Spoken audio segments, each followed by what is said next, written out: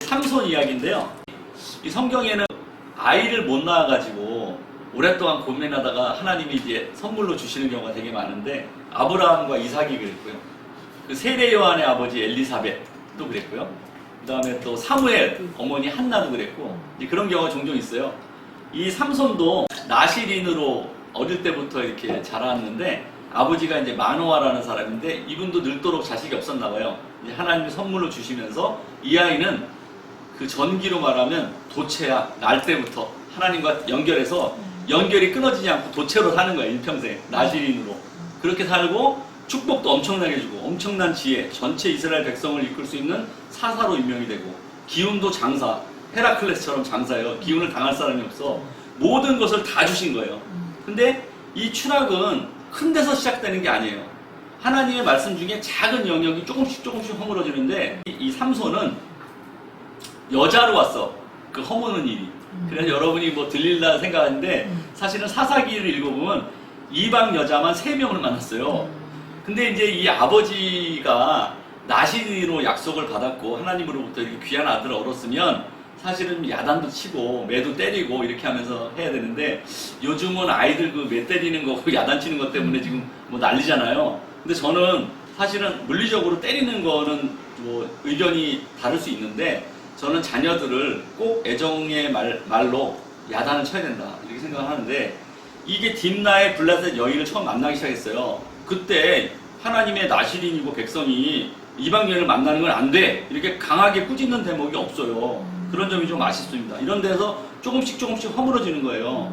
그래가지고 두 번째로는 그 이방 여인을 만나러 가다가 하나님이 주신 힘으로 사자를 찢어 죽이는 사건이 벌어지잖아요. 그러고 나서 그 돌아오는 길에 보니까 그 벌이 그 사자 시체에다가 그 벌집을 져가지고 꿀이 막 거기 엄청나게 막 그 풍성한 꿀이 열린 거예요. 근데 원래 이스라엘 규례에 동물의 시체든지 뭐 시체는 부정한 거기 때문에 만지면 안 돼요. 혹시 의도치 않게 만졌다 그러면 그 제사장한테 고하고 부정한 것이 다 끝난 다음에 그 다음에 들어오게, 이렇게 하나님께서 율법을 주셨는데, 그냥 그 꿀을 지가 먹고 싶다고 다 따서 먹고 그걸 부모님한테 또 줘서 따 먹고, 하나님의 그 약속을 너무 소홀하게 생각하는데 그게 큰 일이 아니라 작은 일부터 조금씩 무너지는 거예요. 두 번째로는 또 가사에 있는 기생을 만나고, 세 번째로는 또 솔의 골짜기에 있는 들릴라를 만나고, 이러면서 점점 무너지면서 전기로 보면 이제 세미컨덕터가 된 거죠. 하나님이랑 붙어 있을 때는 이스라엘의 용감한 장수가 돼서 블레셋 군사들을 막 무찌르고, 또 이게 끊어질 때는 뭐 이방 여인을 만나고, 세미컨덕터처럼 도체가 됐다가 부도체가 됐다, 끊었다 이었다 끊었다 이역을 반복하는 거예요. 근데 결정적으로 하나님이 정말 그 힘의 근원, 하나님의 축복으로 받은 그 힘의 근원의 비밀을 그 이방 여인한테 그 누설하잖아요. 내 머리를 깎으면 힘이 없어진다. 그래서 결국은 두 눈이 뽑히고 그 최후의 임계점을 맞이하면서 그 임계점을 밑으로 내려가 버리니까 넌 컨덕터가 된 거죠. 부도체가 된 거예요. 원래는 도체로 태어났는데 세미 컨덕터를 지나서 완전히 부도체인지 하나님의 음성을 들을 수도 없고 하나님께 부르짖어도 기도가 연결이 안 되는 그런 끊어진 상태가 된 거예요. 그래서 두 눈이 뽑히고 연자방아돌, 동물이 소가 그냥 멍에를 메고 돌려야 되는 그 연자 맷돌을 돌리면서 그렇게 비참하고 처절한 그런 이제 삶을 살면서 계속 하나님 앞에 눈물로 기도했겠죠. 마지막에 그 지역의 대축제일에 하나님 앞에 간절하게 기도하죠. 그 기도가 이번만 나로 강하게 하사 이 적을 물리치게 하옵소서.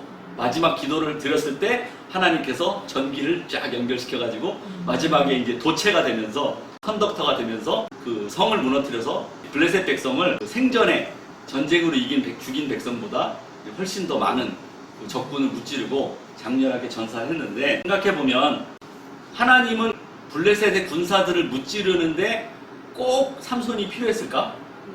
삼손이 아니어도 하나님이 그 블레셋 백성들을 무찌를 방법이 많아요. 하나님은 삼손 그 인생 자체에 관심이 있으시다 라는 생각을 하게 됐어요.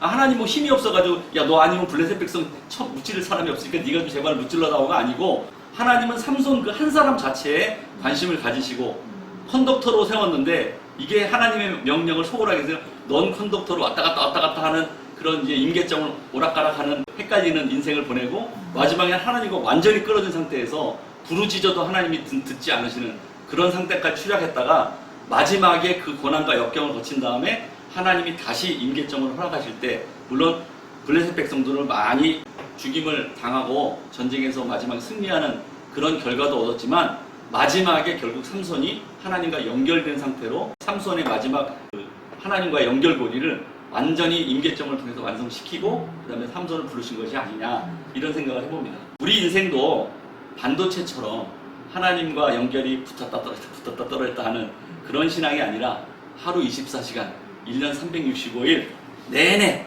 하나님 앞에 쫙 달라붙어 있는 도체와 같은, 컨덕터와 같은 저와 여러분 되시기를 바랍니다. 아멘.